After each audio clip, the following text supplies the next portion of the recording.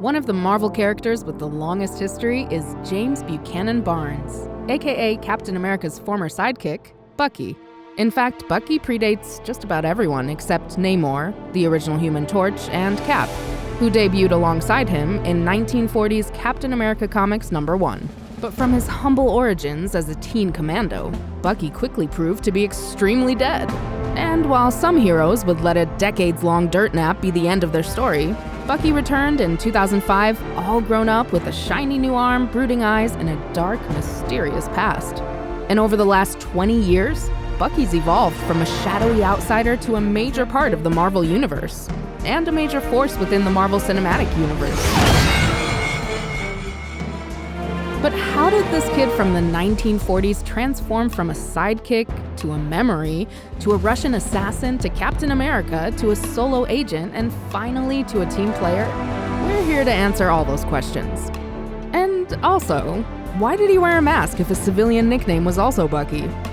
Guess he's simply always been that cool. This is Marvel Recap, Bucky Barnes, the Winter Soldier, with a special shout out to the official handbook of the Marvel Universe research team for their help. James Buchanan Barnes was born in 1925, son of Army officer George Barnes. Bucky grew up at Virginia's Army base, Camp Lehigh, where he had some trouble making friends. After his mother died when he was 10, Bucky and his sister Rebecca were raised by their father, until he was killed in a training accident. And while Rebecca was sent to a boarding school, Bucky stayed at the Army base where his father's Army buddies agreed to look after him. As Bucky grew up, those friends taught him valuable military skills, as well as how to make some money selling contraband to the base's soldiers and officers. His skills impressed the base's commanders enough that a few months before his 16th birthday, Bucky was offered a special assignment. He was shipped off to England, where he trained with the Special Air Service, or SAS. And after a brief audition, Bucky met his new partner, Steve Rogers, officially becoming Captain America's partner. Also named Bucky. Or at least that's the modern version of Bucky's origin story. In the original version from Captain America Comics #1, Bucky was Camp Lehigh's mascot, until he just stumbled into Steve changing into his uniform. Oops. Maybe recruiting him was just easier than telling him to keep his trap shut. And in that same issue of Captain America Comics #1, Bucky and Cap faced off against the Red Skull, who would go on to become their greatest enemy for decades to come.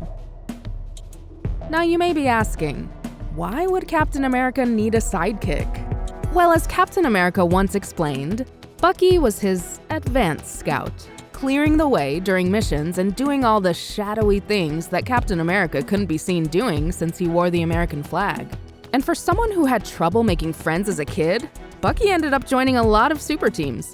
First off, he and Cap teamed up with Prince Namor the Submariner, as well as the original Human Torch and his sidekick Toro, to become the super team The Invaders, a name which was apparently suggested by Great Britain's Prime Minister Winston Churchill. And then Bucky joined Toro in founding the teen team The Young Allies, not to be confused with the Kid Commandos, which is an entirely different teen group that he and Toro founded, or the Liberty Legion, which was another super team Bucky assembled made up of superheroes from Timely Comics, the Golden Age comic company that eventually became Marvel Comics and began with 1939's Marvel Comics #1. Man, 4 super teams at once? His greatest battle must have been against his schedule. So what happened to Bucky after the war? We wouldn't learn until Avengers #4, where a newly formed Avengers team found Captain America's body frozen in a block of ice.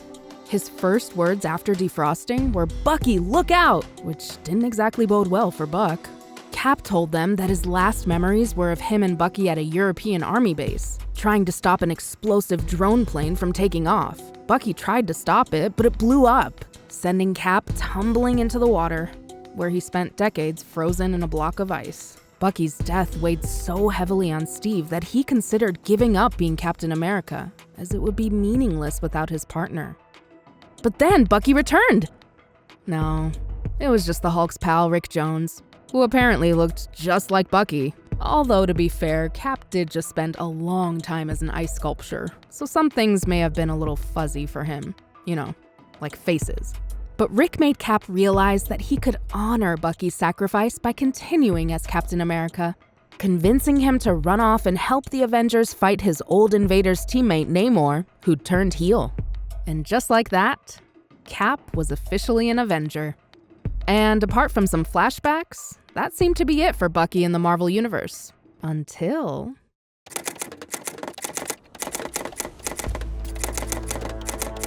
Decades later, the Red Skull was in the middle of bragging to a Russian general, Alexander Lukin, about his new cosmic cube when he was suddenly assassinated by a mysterious figure, leaving the Red Skull definitely permanently dead.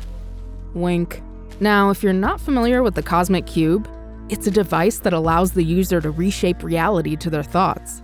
And villains like the Red Skull, Thanos, Dr. Doom, and others can't help but covet the cube's power, often while screaming about it.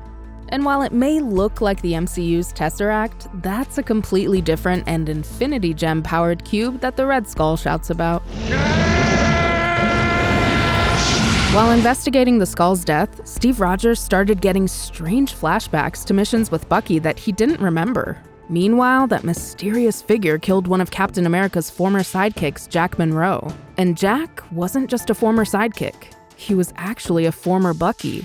You see, back in the 1950s, a college professor named William Burnside discovered a copy of the original super soldier serum, the long-lost chemical formula that turned Steve Rogers into the original Captain America. And with the help of the US government, Burnside became an all-new Captain America, even undergoing plastic surgery to look like Steve. And that's when he met student Jack Monroe, who he recruited to become his new Bucky, injecting both of them with rediscovered serum. But unfortunately, the pair didn't realize their serum was missing some important Vita rays, and they started seeing everyone as communists, forcing the government to capture them and put them in suspended animation. They escaped several times, but Jack was able to rehabilitate himself and later took on the identity and costume of Nomad, an alias that Steve Rogers had briefly used when he quit being Captain America. But Cap soon learned that the mysterious operative he'd been hunting was Bucky, who responded by blowing up a lot of Philadelphia. It turned out Bucky didn't die when that drone exploded in 1945, but was instead picked up by a Russian submarine. And while he lost an arm in the explosion, they gave him a shiny new metal one and mental implants to remove his memories, crafting him into the loyal Soviet operative, the Winter Soldier. As a young operative, Bucky trained with an equally young Natalia Romanova, aka the Black Widow. They fell in love, leaving her heartbroken when the KGB placed the Winter Soldier in suspended animation. And while it would be decades before she saw Bucky again, she wouldn't age either, thanks to biochemical enhancements inflicted on her by the brutal Soviet training program known as the Red Room. And in the present day, General Lukin had ordered the Winter Soldier to assassinate the Skull, and Cap's flashbacks were caused by Lukin using a cosmic cube to unlock Cap's repressed memories. Cap fought Bucky and managed to use the cosmic cube to restore his memories. Overwhelmed by the sudden knowledge of all the people he'd killed, Bucky broke down in tears, saying that Cap should have killed him.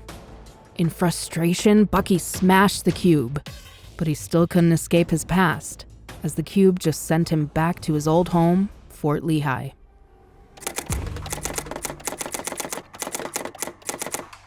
The Civil War storyline saw Steve Rogers and Tony Stark battling each other over whether superhumans needed to be registered with the government, with Tony leading the pro-registration heroes and Steve assembling a ragtag group of secret Avengers.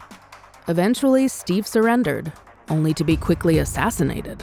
Bucky set out to kill Tony Stark, who he felt was responsible for Cap's death, and who had just been made the head of S.H.I.E.L.D. But first, Bucky had to steal back Captain America's shield from his old love, the Black Widow, now going by Natasha Romanoff.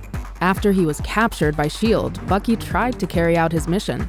But before he could deliver the final blow, Stark revealed that Steve's final wish was for Tony to help Bucky become the new Captain America.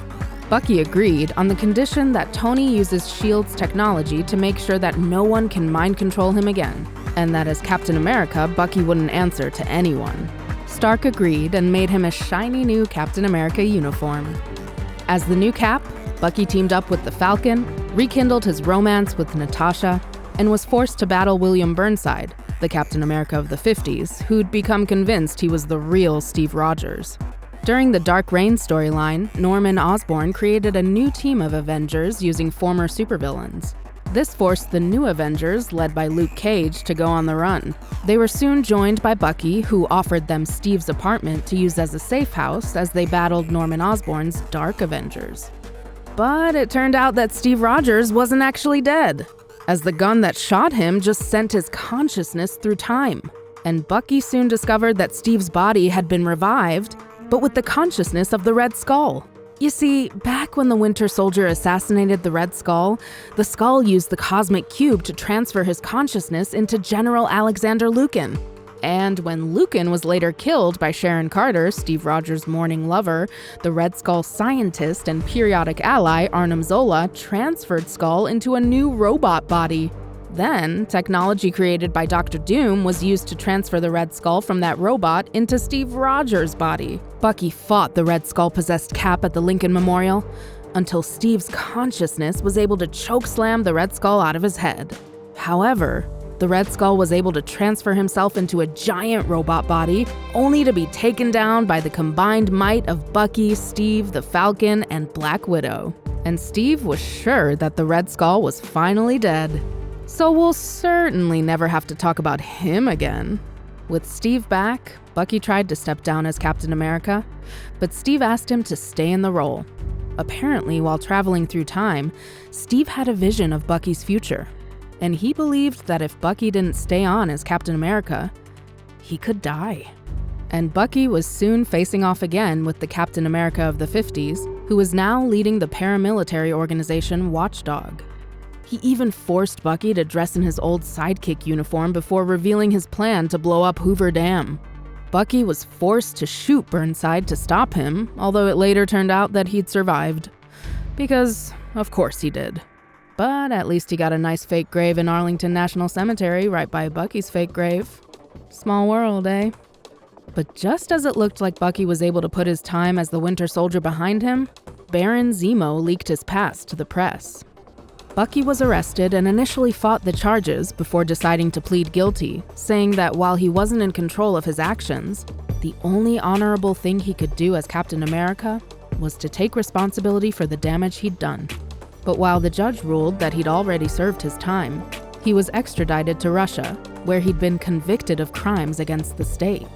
Thrown into a Soviet prison, Bucky was forced to fight his way out through a whole gulag of prisoners with the help of Natasha Romanoff. The two flew back to the US in a stolen Russian copter, as Bucky decided that taking responsibility for his crimes wasn't enough, and that his redemption lied in using his skills to stop new threats.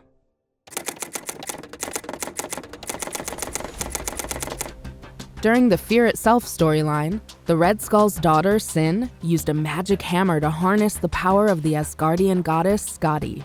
Bucky led a team of Avengers against her, only for her to blast him with lightning, rip off his metal arm, and stab him through the heart. Looks like Bucky had caught another case of being dead. Until Nick Fury secretly saved Bucky's life by giving him the last dose of the Infinity Formula, the secret formula that allowed Nick Fury to stay young since World War II, as introduced way back in 1976's Marvel Spotlight number 31. Oh, and that Bucky that everyone saw die? That was a lifelike android, or as S.H.I.E.L.D. calls it, a life model decoy, that Fury used to inspire Steve Rogers to return as Captain America. And with the LMD buried in Arlington National Cemetery, Bucky decided to let the world think he was dead, returning to his Winter Soldier identity to work in the shadows and make up for the harm he'd caused over the years. Because there's no better way to make up for some shadowy Winter Soldier missions than to do more shadowy Winter Soldier missions. Bucky started teaming up with Natasha to track down 3 Soviet super soldiers he'd trained. But he soon discovered they were just pawns in a plot by Professor Ivan Kragoff, aka the longtime Fantastic Four villain, the Red Ghost, and former Latvian Prime Minister, Lucia von Bardas, who'd teamed up to destroy Dr. Doom. But while Bucky and Natasha managed to defeat 2 of the super soldiers, the third, Leo Novikov, proved to be more resilient. And to get his revenge on Bucky, he kidnapped Natasha, brainwashing her into being his operative. and forcing Bucky to try and assassinate Daredevil. Bucky teamed up with Steve Rogers, Hawkeye, and Wolverine to get her back, leading to a showdown at Bucky's memorial at Arlington Cemetery. But Leo had the last laugh as he'd erased Natasha's memories. And while S.H.I.E.L.D. was able to restore most of them, they weren't able to save any memories of Bucky, completely erasing her knowledge of their time together. And a heartbroken Bucky was left reflecting that at least she'd never know how much she'd lost. Bucky coped with his pain the only way he knew how, by forming another super team. This one was an all-new version of the Invaders, which was focused on fighting off an invasion by the Kree. During the original Sin storyline, Nick Fury brought Bucky and a team of other heroes to investigate the death of Uatu, the Watcher. They soon discovered that Nick had appointed himself the Man on the Wall, acting as a one-man defense force protecting the world against all alien threats. No longer kept young by the Infinity Formula, which he'd used to save Bucky, Fury would be dead soon. And it was revealed that the team wasn't actually there to solve a murder, but because Fury needed one of them to become his replacement. And when Fury died, soon after, Bucky took up the job as the new Man on the Wall. In his new role, Bucky teamed up with ex-S.H.I.E.L.D. director Daisy Quake Johnson, traveling to the alien planet of Merzibau, where he hooked up with Queen Ventolin, and even encountered an older, alternate version of himself, who ended up living out a peaceful life with his queen. But Bucky took a break from his man-on-the-wall duties to start infiltrating S.H.I.E.L.D. bases and investigating Kobik, a secret project designed to use cosmic cube fragments to reshape the world. He soon enlisted the help of Steve Rogers, who'd recently had his super soldier serum removed, leaving him with a 90-year-old body. So Steve passed on the mantle of Captain America again, this time to Sam Wilson, formerly known as the Falcon. This led Steve to the seemingly peaceful small American town of Pleasant Hill, which turned out to be a secret S.H.I.E.L.D. jail, where brainwashed supervillains lived out their lives unaware of their pasts. And all of this was made possible by Kobik, a cosmic cube that had gained sentience and had taken the form of an adorable little girl. And that's when some of the captured supervillains, led by Baron Zemo, regained their memories and tried to escape the prison. And Bucky and Sam soon arrived to try to help contain the escapees. But they didn't arrive in time to stop Crossbones from brutally beating up old Steve Rogers. And just as Steve was near death, Kobik used her power to restore Rogers to his super soldier prime. And while the combined might of the Avengers managed to take down Zemo, Bucky escaped the town with Kobik, who wanted to stay with him. Bucky agreed, but was a little uncomfortable when she asked if her friends could join them, only to discover that they were a bunch of former supervillains from Pleasant Hill: the Fixer, Moonstone, Atlas, and Mach 7.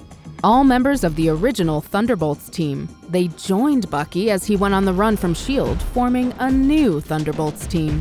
They managed to keep Kobik away from S.H.I.E.L.D., while also tussling with the Inhumans, the Squadron Supreme, and Spider-Man. But they couldn't escape Baron Zemo and the Masters of Evil, who captured Kobik while giving Bucky a beatdown. Kobik tried to fix Bucky by sending him back to World War II, only it turned out to be a different World War II, one where Steve Rogers worked for Hydra. You see, when Kobik made Steve Rogers young, she also rewrote history, making Steve a Hydra agent.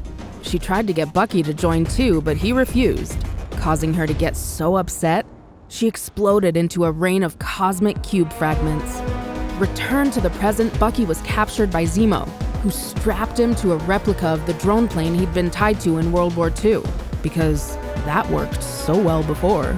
And while it definitely blew up, Bucky was saved by his old war buddy, Namor. And so when Steve Rogers took over America as Hydra Supreme during the Secret Empire storyline, Namor and Bucky showed up to join Sam Wilson's underground resistance. But they couldn't stop this now evil Steve Rogers from using a reassembled cosmic cube to reshape American history, turning it into a Hydra nation. Or so it seemed, because Ant-Man had secretly shrunk Bucky down with the last piece of the cosmic cube, allowing him to enter the cube where he found the real Steve Rogers and Kobik. allowing Steve to be restored to a new body. He quickly defeated the Hydra version of himself, and Kobik restored everything back to normal. And Sam returned to being the Falcon, returning the mantle of Captain America to Steve Rogers. Unfortunately, one of the casualties of the Secret Empire was Black Widow, who'd been killed by the Hydra Steve Rogers in what had seemed like an accident but was now pretty obvious. But when two of her exes, Bucky and Hawkeye, found evidence that she might still be alive, they tracked her down, only to discover that she'd been cloned by the Red Room, using a backup of her memories, including those of Bucky. And all three of them were forced to battle an army of Natasha clones, although they were helped by some ballerinas and a bear. In the end, Natasha disappeared into the night, but not before leaving a note for Bucky inviting him to join her in finally destroying the Red Room once and for all. Bucky took a break from that mission to join yet another team, Strike Force, as they battled the Verdai, a race of shapeshifters from the Asgardian realm of Svartalfheim. And when the immortal mutant psychic vampire Selene took over the small town of Adamsville, Ohio, Bucky teamed up with Cap and the Falcon to take her down, with the help of Sharon Carter and the Daughters of Liberty. Bucky found himself teaming up with Hawkeye again after Hawkeye suddenly spotted Natasha in the back of a news broadcast in San Francisco. As neither had heard from her in months, they tracked her down, only to discover that she'd been kidnapped by Hydra, who'd neutralized her by implanting false memories to make her believe that she was an ordinary American named Natalie. They even brainwashed a man named James Gray to be her fiancé and engineered a child, Stevie, from their DNA. And while it looked like Hydra took out her family by blowing up her apartment, she'd secretly asked Bucky to fake their deaths so she could never know where they were. Bucky confessed that he still wanted to be with Natasha, but she admitted that some part of her felt that he took her family away, even if she'd asked him to. And she broke down crying, leaving Bucky to silently hold her. After Steve Rogers crossed paths with the Outer Circle, a shadowy cabal that had been secretly manipulating world history since 1922, he brought Bucky in to help unravel their mysterious conspiracy. In fact, their symbol was actually the symbol on Cap's shield, and the Winter Soldier had been one of their assassins. But when Steve and Bucky faced down one of the Outer Circle's leaders, named the Revolution, Bucky shot both Cap and the Revolution, taking Revolution's place in the Outer Circle. And in this new role, Bucky fought Cap and his team of invaders, Sam Wilson, Misty Knight, and Sharon Carter, who took on the codename the Destroyer. Oh, and Bucky also got a new and very stretchy metal arm. But in the end, Bucky's secret plan to take down the Outer Circle from within worked, with Cap and Bucky working together to defeat the group, before going on a fun run. Free of the Outer Circle, Bucky did what he does best. He formed another super team, a new version of the Thunderbolts, dedicated to finally taking down the Red Skull, who was definitely back.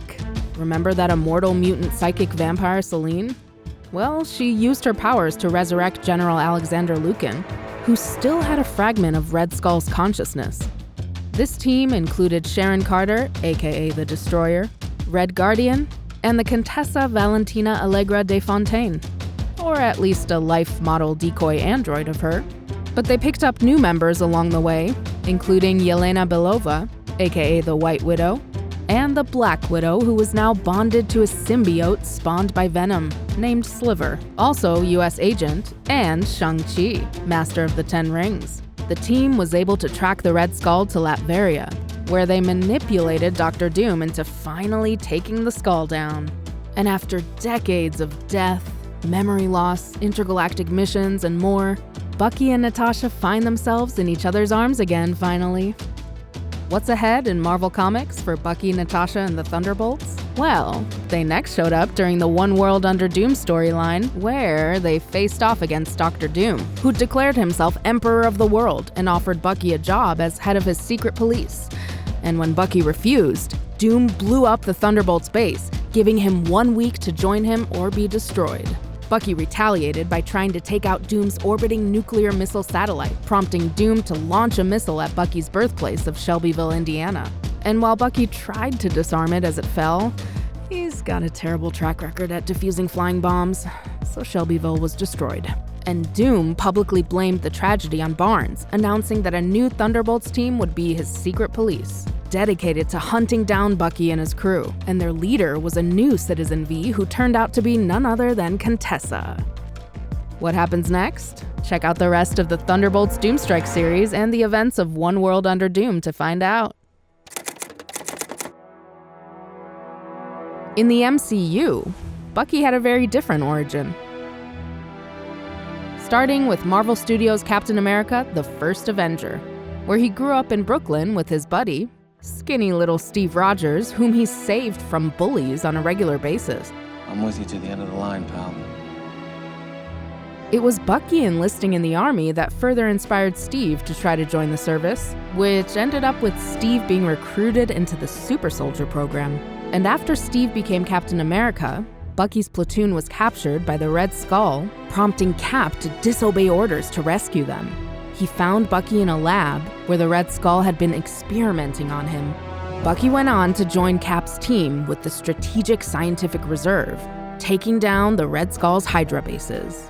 Until, on a mission to capture the Red Skull's scientist Arnim Zola, Bucky fell to his death, seemingly lost forever. Or at least until Marvel Studios' Captain America: The Winter Soldier, where the mysterious but surprisingly familiar Winter Soldier showed up to attack Nick Fury. And when Cap fought him, he discovered the soldier was Bucky. Bucky? Although Bucky didn't know Bucky was Bucky. Who the hell is Bucky? Back in World War II, Arnim Zola had found Bucky's body, wiping his memory and giving him a fancy metal arm. And as Hydra slowly took over S.H.I.E.L.D., they used him to assassinate targets, periodically wiping his memory to keep him under their control. And when Cap, Black Widow, and Sam Wilson, aka the Falcon, tried to take down the Hydra-controlled S.H.I.E.L.D.'s plan to assassinate millions using AI-controlled helicarriers, Cap had to face Bucky again, where he proved he was willing to sacrifice himself to remind Bucky of who he was. Because I'm with you to the end of the line. And it worked, kinda, as Bucky saved Cap from drowning. And then he relaxed by going to the Smithsonian and visiting an exhibit of himself. Bucky next popped up in Marvel Studios' Captain America: Civil War, where Helmut Zemo used a Bucky mask to frame him for the assassination of King T'Chaka of Wakanda. Steve traveled to Romania, where Bucky had been laying low and buying fruit, and helped Bucky fight off the police. But he was also being hunted by King T'Chaka's son, T'Challa, who'd taken up the mantle of the Black Panther, and all of them were arrested by S.H.I.E.L.D. But in S.H.I.E.L.D. custody, Zemo used Bucky's Winter Soldier brainwashing to reveal the location of some other Russian super soldiers. Oh, and he also made him attack everybody. Bucky went on the run with Steve and Sam, who he battled for legroom. Can you move your seat up? No. Before teaming up to fight Spider-Man and the rest of Iron Man's team during a battle at a German airport. Cap and Bucky managed to steal a Quinjet to escape to Russia to shut down those Soviet super soldiers, only for Zemo to reveal that Bucky had killed Iron Man's parents back in the 90s. Awkward. And this revelation led to a knockdown, drag-out fight between Iron Man, Cap, and Bucky, where Bucky lost his arm. Again! Cap and T'Challa brought Bucky to Wakanda, where he went into suspended animation until they could remove his mental conditioning. And that lasted until Marvel Studios' Avengers Infinity War, where the Wakandans gave him a brand new arm, just in time for the Battle of Wakanda. That's where Bucky fought Thanos' Outriders with Rocket Raccoon, who unsuccessfully tried to buy his arm. How much for the arm?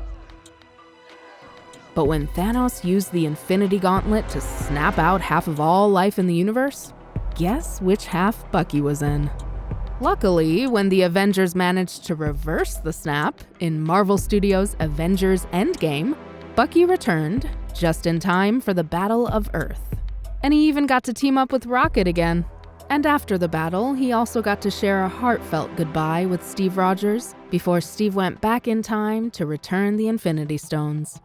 Bucky next showed up in the Disney Plus original series, Marvel Studios' The Falcon and the Winter Soldier, where it turns out he got a pardon for all that winter soldiering he did, on the condition that he undergo therapy for his PTSD.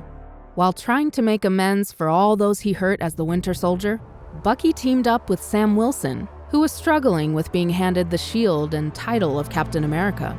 Together, they worked to take down the Flag Smashers, a group of anarchists armed with a form of the super soldier serum. Bucky also took Sam to meet Isaiah Bradley, a US super soldier that Bucky had fought during the Korean War and who was later imprisoned and experimented on by the US government for decades. Later, Bucky and Sam had to battle John Walker, the soldier the government chose to replace Steve Rogers as Captain America after Sam turned down the mantle. But with Bucky's help, Sam was ultimately able to reclaim the shield and embrace the name and legacy. And while Bucky didn't appear in the Marvel Studios' Guardians of the Galaxy holiday special, his arm made a cameo, as Nebula gave it as a Christmas present to Rocket. Aww, it's like she gave Rocket half a hug. Oh, and an alternate version of Bucky appeared in the Season 3 episode of Marvel Animation's What If, entitled What If the Red Guardians Stopped the Winter Soldier?, where Bucky was stopped from killing Tony Stark's parents, leading to a road trip/car chase across the country, and a run-in with Bill Foster as Goliath. What's next for Bucky in the MCU? After a brief reunion with Sam in Marvel Studios' Captain America: Brave New World, he's assembling yet another team to take on a mysterious new threat in Marvel Studios' Thunderbolts, where his teammates include Red Guardian, Yelena Belova, and John Walker, among others. And that is our abridged summary of Bucky Barnes, aka the Winter Soldier. Want to learn more? Sign up for Marvel Unlimited to access decades of Captain America, Winter Soldier, and Thunderbolts comics. Read current and upcoming issues of Thunderbolts, Doomstrike, and Captain America comics. Available where your favorite comics are sold. Or check out the Marvel Premiere Collection of Captain America: The Winter Soldier, on sale now. You can watch the Marvel Cinematic Universe films and original series on Disney Plus for all your Winter Soldier needs. And see Captain America: Brave New World in theaters now, and Thunderbolts only in theaters this May. This has been Marvel Recap: Bucky Barnes, the Winter Soldier.